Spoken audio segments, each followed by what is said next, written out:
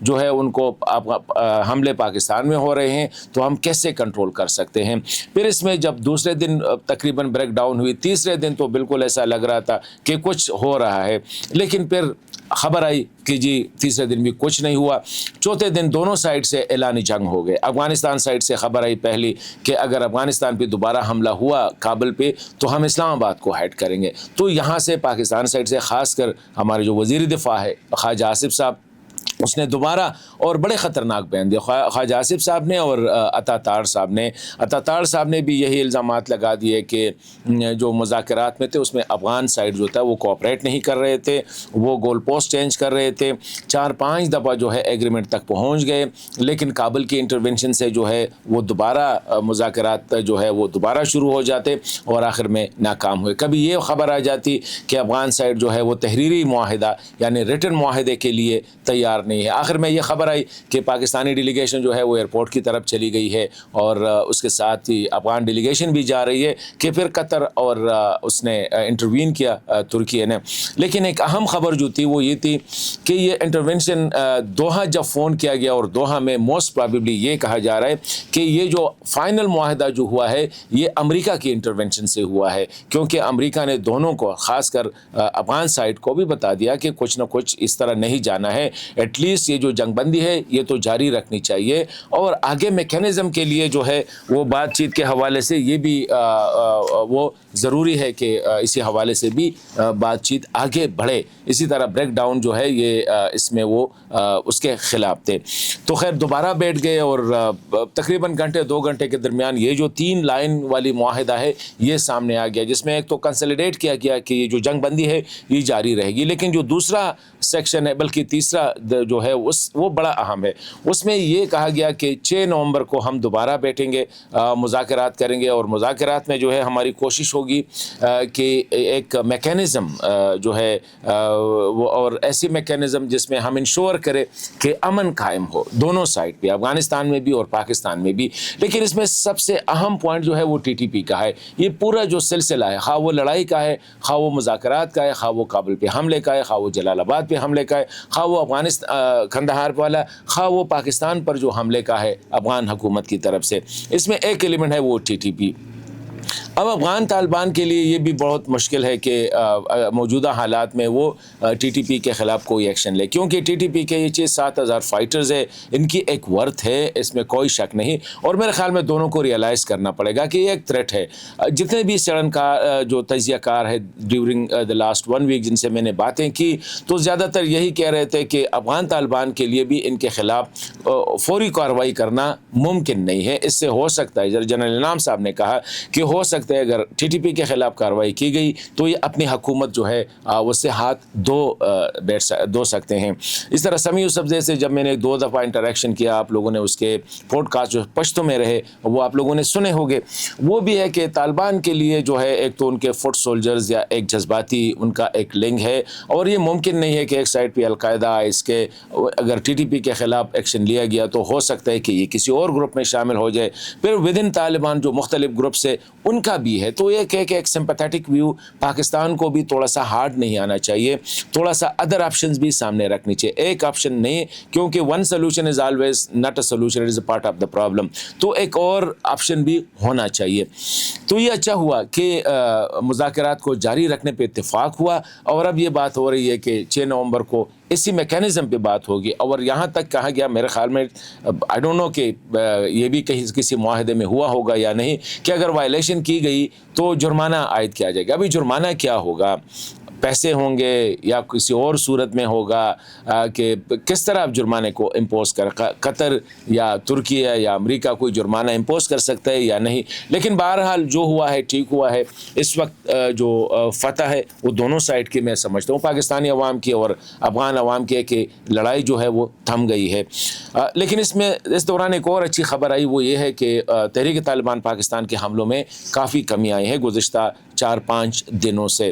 اور یہ جو باجوڑ میں جو کارروائی ہوئی جس میں تحریک طالبان کے انتہائی اہم کمانڈر قاری امجد صاحب اور قاری الیاس صاحب ان کی جو ہے ان کو مارا گیا ہے, یہ ان کے تقریباً ٹاپ ٹیئر کے دو اہم لیڈر تھے. ایک جو تھا وہ پلانرز تھا, دوسرا جو تھا وہ ٹرینرز اور اسٹریٹجسٹ جو تھا.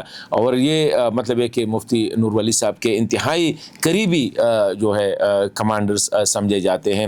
تو یہ ایک پاکستان کو بھی, لیکن ساتھ اگر ہم 4-5 دنوں سے دیکھیں تو ٹی ٹی پی کی طرف سے کسی بھی کارروائی کو جو ہے وہ جو رسپانسبلٹی لی جاتی ہے, ہر شام ان کا ایک بیان آ جاتا, لیکن اب اس میں بھی کمی آئی ہے. بلکہ ابھی تک تو 3-4 دنوں سے تو بالکل کوئی بیان نہیں آیا ہے. تو اللہ کرے کہ ٹی ٹی پی کو بھی یہ احساس ہو جائے کہ یہ ان کی زمین ہے, ان کا ملک ہے, ان کے لوگ ہیں. اور اس قسم کی سے میرے خیال میں نہیں سمجھتا ہوں کہ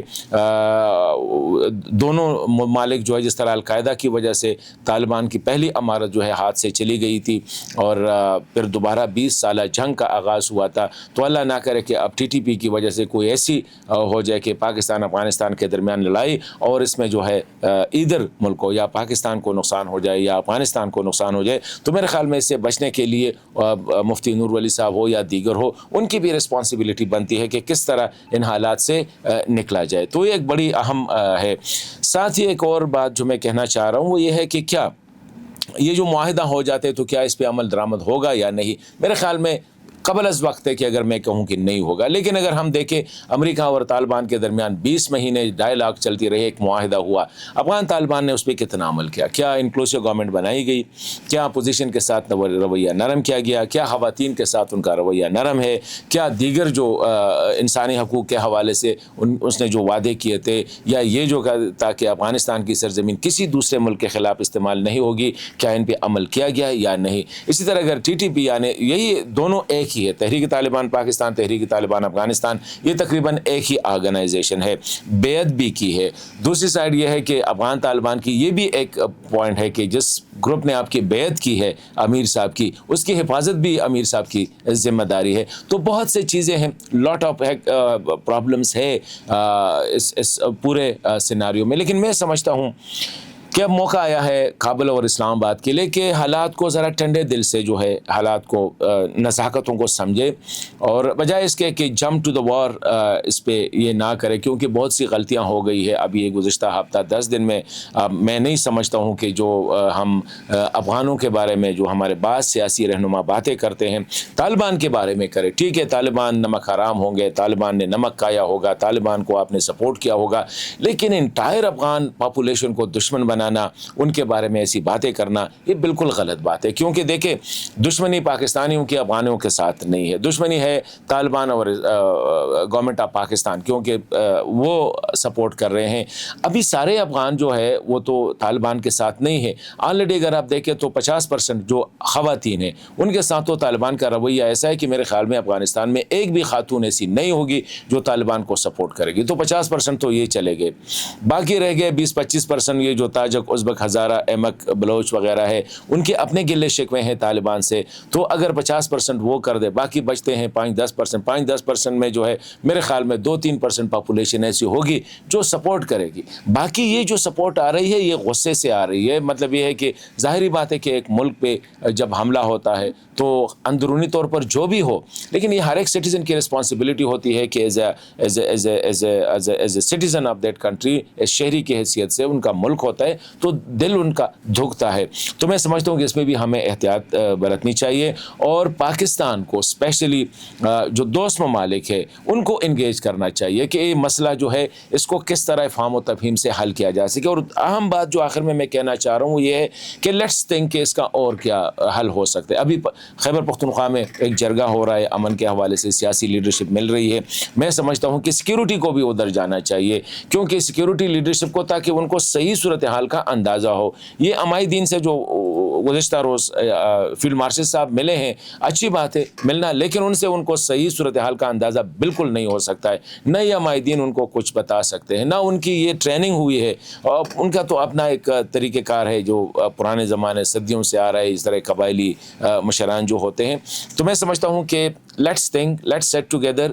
طالبان بھی بیٹھے, کابل بھی بیٹھے, اسلام آباد بھی بیٹھے, اور تھوڑا سا وائڈن کرے, اور اس مسئلے کا ایک پرامن حل جو ہے اس پہ کام کرے. بہتر ہوگا کہ گولی نہ چلے, بہتر ہوگا آپریشن نہ ہو, بہتر ہوگا ایک دوسرے پہ حملے نہ ہو, بہتر ہوگا کہ یہ جو ایلیمنٹس ہے جو دونوں ممالک کے لیے اس وقت جو ہے درد سر بن رہے ہیں, اور دونوں اقوام کے لیے, افغان کے لیے اور پاکستانیوں کے لیے جو ہے ایک مصیبت کا پیش خیمہ ہے, تو ان کو بھی ریئلائز کرنا ہوگا یا کرانا پڑے گا. اور دونوں کو جو ہے, کیونکہ اچھے مائنڈس ہے, افغان طالبان میں بھی اچھے لوگ ہیں, پاکستان میں بھی. یہ نہیں ہے کہ سارے جنگ چاہتے, یہ بھی غلط ہے کہ سارے طالبان جو ہے وہ TTP کو سپورٹ کر رہے ہیں, یا سارے طالبان جو ہے پاکستان کے ساتھ جنگ چاہتے ہیں. بالکل ایسا نہیں ہے. نہ پاکستان میں یہ ہے کہ پوری حکومت چاہتی ہے یا پوری فوج چاہتی ہے, نہ فوج لڑائی چاہتی ہے, نہ حکومت لڑائی چاہتی ہے, نہ پاکستانی عوام لڑائی چاہتی ہے, نہ افغان عوام لڑائی چاہتے ہیں, نہ افغان سیاسی رہنما جو ہے وہ لڑائی چاہتے ہیں, نہ سارے طالبان لڑائی چاہتے ہیں. لیکن اب یہ ہے کہ وہ جو ٹولہ ہے جو جنگ کو جو ہے مطلب یہ ہے کہ اس کو ہوا دے رہا ہے, یا وہ ایلیمنٹ فورن ڈیفینیٹلی اس میں انڈیا کا بھی ایک فیکٹر ہوگا, اس کو بھی مد نظر رکھنا ہوگا. تو ایسا تو نہیں ہے کہ ہندوستان اس موقع سے فائدہ اٹھا رہا ہے. تو اس پوری صورتحال کو میں یہ سمجھتا ہوں کہ ویکنڈ ہے, ابھی کل جو اتوار کا دن ہے, اسی سائڈ پہ بھی ہمیں مزید بیٹھنا ہوگا, سوچنا ہوگا. یہ جو جنگویسٹک ماحول ہے اس سے نکلنا ہوگا, اشتعال انگیزی سے جو ہے فریز کرنا ہوگا, اور کوشش کرنی ہوگی کہ راستے کھول دے, تجارت کھول دے, کم از کم یہ کام تو چلتا رہے. مشکل کام جو TTP والا ہے وہ بعد میں بھی ہو سکتا ہے, لیکن شروعات اچھی بات ہوگی اگر آسانیوں سے کر لی.